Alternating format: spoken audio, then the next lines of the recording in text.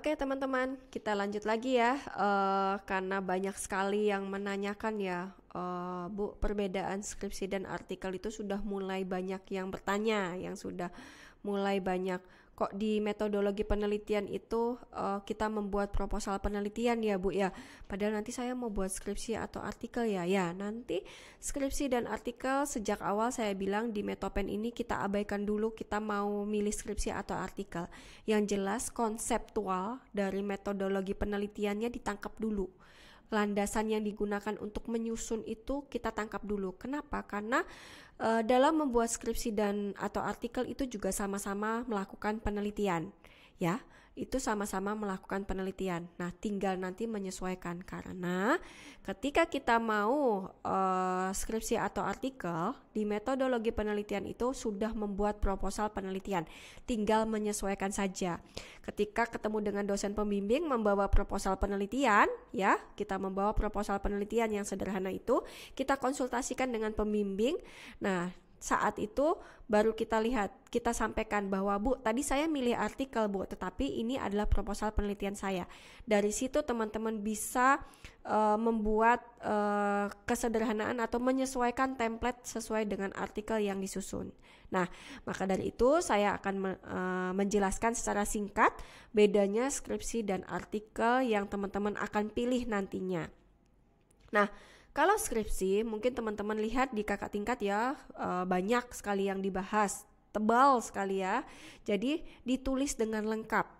Misalnya tadi saya bilang dalam artian kalau misalnya ditulis dengan lengkap, tapi tidak dalam artian bertele-tele semua ditulis, semua dicantumkan di situ, enggak, tapi sesuai dengan kaidah atau sesuai dengan apa yang telah saya sampaikan dalam membuat sebuah skripsi misalnya gitu. Jadi ditulis dengan lengkap. Nah, kalau artikel ditulis dengan sederhana tetapi tidak mengurangi esensi karya ilmiah. Yang saya pernah sampaikan bahwa dalam membuat latar belakang teman-teman harus memperhatikan ya, ada fenomena umumnya, ada data pendukungnya, ada research gap atau bedanya dengan penelitian terdahulu, adanya fenomena penelitian, kemudian ada teori pendahulunya. Nah, apakah di artikel juga gitu? Iya, tetapi lebih singkat. Sedangkan skripsi ditulis dengan lengkap. Ya, semua ditulis, tapi kalau artikel itu diringkas lagi sehingga tidak terlalu banyak. Nah, kemudian di artikel juga tidak perlu menuliskan rumusan masalahnya adalah ini 1 2 3, manfaatnya ini adalah tujuannya ini, tetapi sudah masuk ke dalam pendahuluan, sekalian dijelaskan di situ ya secara singkat. Kemudian yang kedua, deskripsi ini ada bab-babnya. Ada bab 1, pendahuluan, bab 2, literatur teori, kemudian ketiga, metodologi penelitian, pembahasan dan hasil kesimpulan. Nah, kemudian kalau di artikel itu ya, dia tidak perlu ada pemisahan bab-babnya, tetapi hanya ditulis misalnya subbabnya.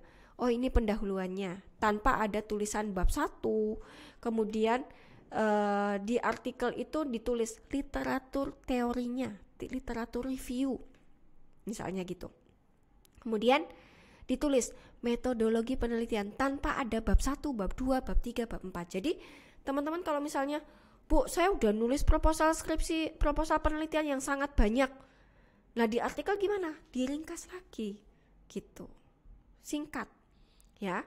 Kemudian pembahasan dan hasil juga. Pembahasan dan hasil juga sama.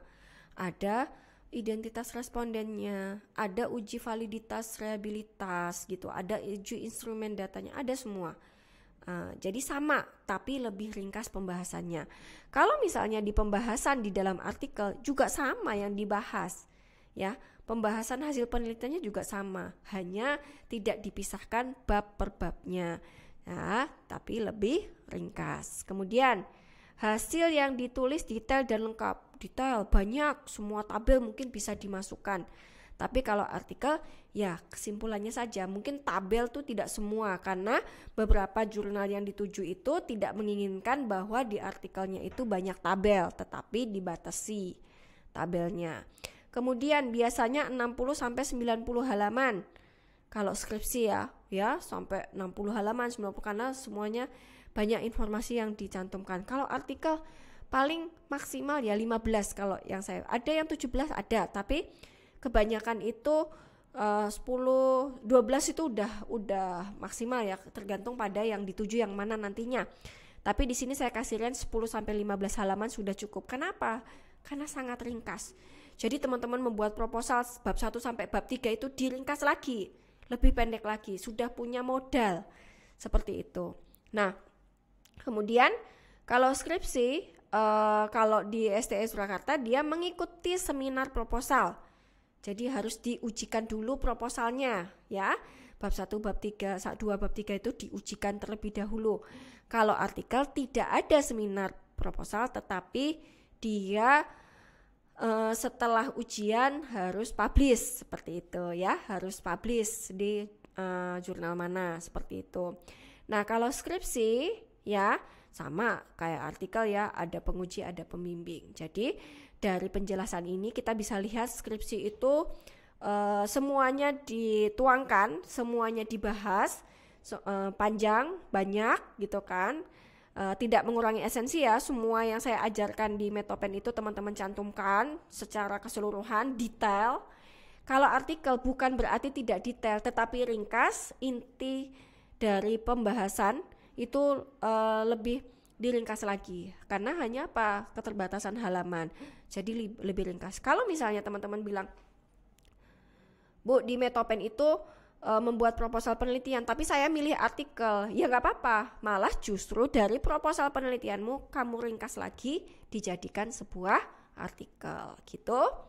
Sekian dari saya penjelasan, semoga bermanfaat. Skripsi dan artikel silahkan memilih mana yang lebih Anda pilih ya. Itu pilihannya kembali lagi ke masing-masing mahasiswa. Terima kasih. Wassalamualaikum warahmatullahi wabarakatuh.